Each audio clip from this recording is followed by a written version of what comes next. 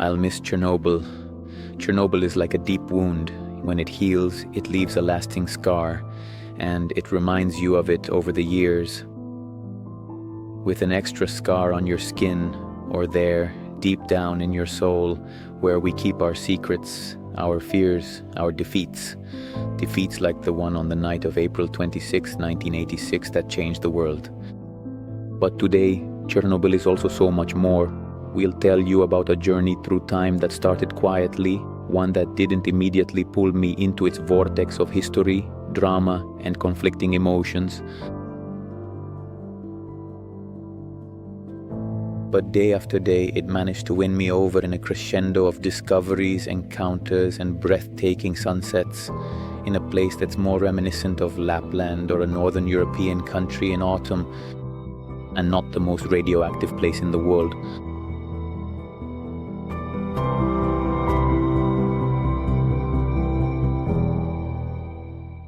Welcome to this new video, the second episode on Chernobyl, which, unlike the first one, the actually introductory one, where I showed you a bit about how the controls work at the entrance to the exclusion zone. Here we are in the city of Chernobyl. Right now, we're currently visiting this historic church located in the area of Chernobyl. And contrary to what you might think, the power plant here is actually called the Chernobyl plant. But the closest city to the nuclear power plant, as perhaps almost all of you already know, is the city of Pripyat, which we will be visiting together in the coming days. We'll actually be sleeping here in the city of Chernobyl, which is the only city in the area that has all the utilities available, so that means hot water, gas, electricity, and internet access as well. It does not actually have such a high level of radiation, quite the opposite in fact. But let's say the plant is associated with the name Chernobyl because historically the nuclear power plant in a given area is typically named after the oldest city, at least in this particular territory. Almost 2,000 people currently live inside the city of Chernobyl, and all of these individuals work within the boundaries of the exclusion zone, meaning they are located inside the 30-kilometer restricted area. However, they are only permitted to stay and work there for a maximum of 15 days each month, which is essentially half of the month. After this period, they are required to leave the exclusion zone and must remain, outside of it, for the remaining half of the month. The reason for all this is always related to radiation exposure inside the exclusion zone. For this reason, the Ukrainian government requires all citizens who legally live in the exclusion zone to leave every 15 days. And at every military checkpoint at the border of the 30-kilometer exclusion zone and the 10-kilometer zone, you'll be subjected to a decontamination protocol with questionable results. Right now, we're here at the port on the Pripyat River, which also flows here in the city of Chernobyl. In this river, obviously until the day before the nuclear incident, there were the liquidators who went to dispose of the graphite on the roof. They remember perfectly. Our guide told us that before the incident, people came to buy fish right here, where we saw a boat earlier, and another one is over there. And obviously there's a lot of fish here. We're still seeing several fish jumping, but for obvious reasons you can't eat them.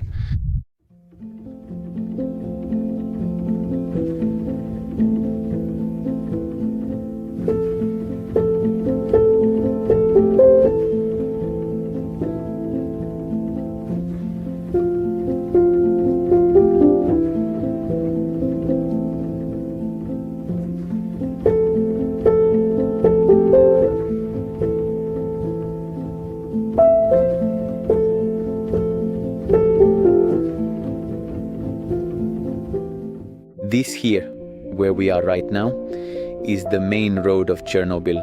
As you can see, there really isn't much traffic at all moving along here. And it's called Lenina Street because down there, there's also the monument of Lenin.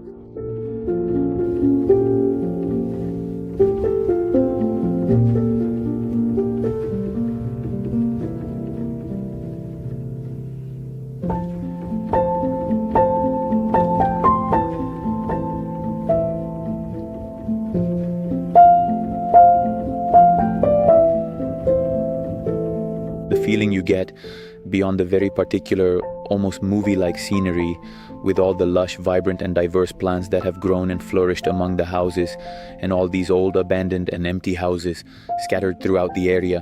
But what really stands out most of all is the smell. It's almost like entering, even though they're all open houses with open doors, broken windows and so on. It feels like entering an old grandparent's house where there's a really strange smell, of mustiness. And I don't know, it's probably this feeling, this sensation that stays with me the most. Even though seeing shoes on the ground, a bottle that's been there for decades, still intact, I don't know, it's pretty unusual.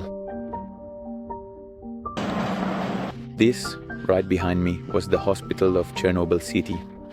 Not all the houses here in Chernobyl, the city I mean, can be visited in the same way as the house we were in, for example, a little while ago. Because they are all private homes, meaning they are privately owned residences.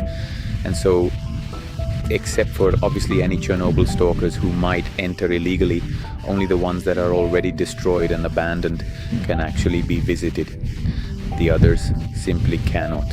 And in fact, the hospital is closed with a padlock on the door.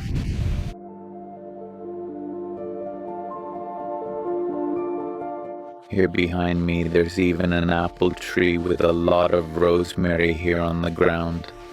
And it would be very interesting, since there will be a dedicated video, to find out how contaminated these fruits actually are.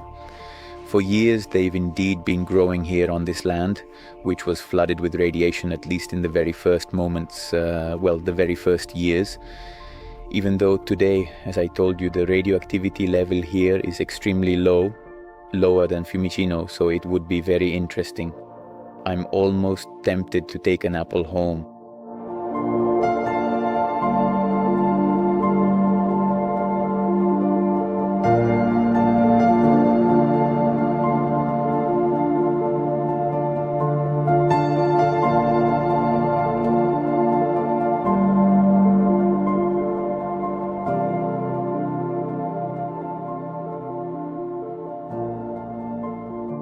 This behind me is a post office, the only one in the area, in the exclusion zone, of course. What's special about it is that, unlike perhaps every other post office in the world that shows the time and date on a light-up sign outside, this one shows the level of radioactivity in the city. The only thing is the level is not very readable for most people, let's say, because the unit of measurement is an old one, so it's no longer very clear or comparable to today's values. These behind me are all the names of the cities and villages that were forcibly evacuated in Ukraine after the devastating nuclear power plant explosion. They're all written here in memory along this endless avenue.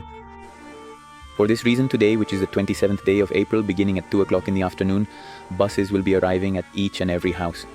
These buses are scheduled to start making their rounds at 2 p.m., ensuring that every household is reached in a timely manner throughout the day. They will be accompanied and supported by police and representatives of the city administration. It is recommended to take with you documents, essential items, and also food for the time being. Comrades, when temporarily leaving your apartments, please do not forget to close the windows, shut off electric and gas appliances, and turn off the water taps. Please stay calm and organized during the temporary evacuation.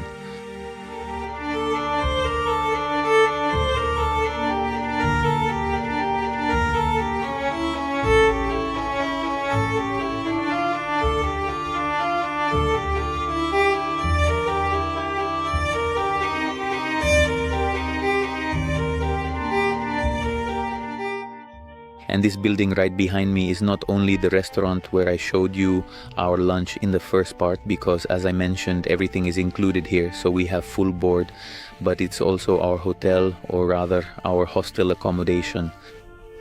Our hotel, the famous hotel number 10, seems to be practically the only one in this area where you can stop to sleep and eat.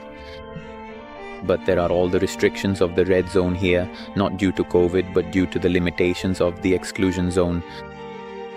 And if even today, 35 years after the disaster, just saying Chernobyl or the word radiation is enough to trigger a reaction of terror among people, well, you should know that in the city of Chernobyl, there's also a well-stocked supermarket.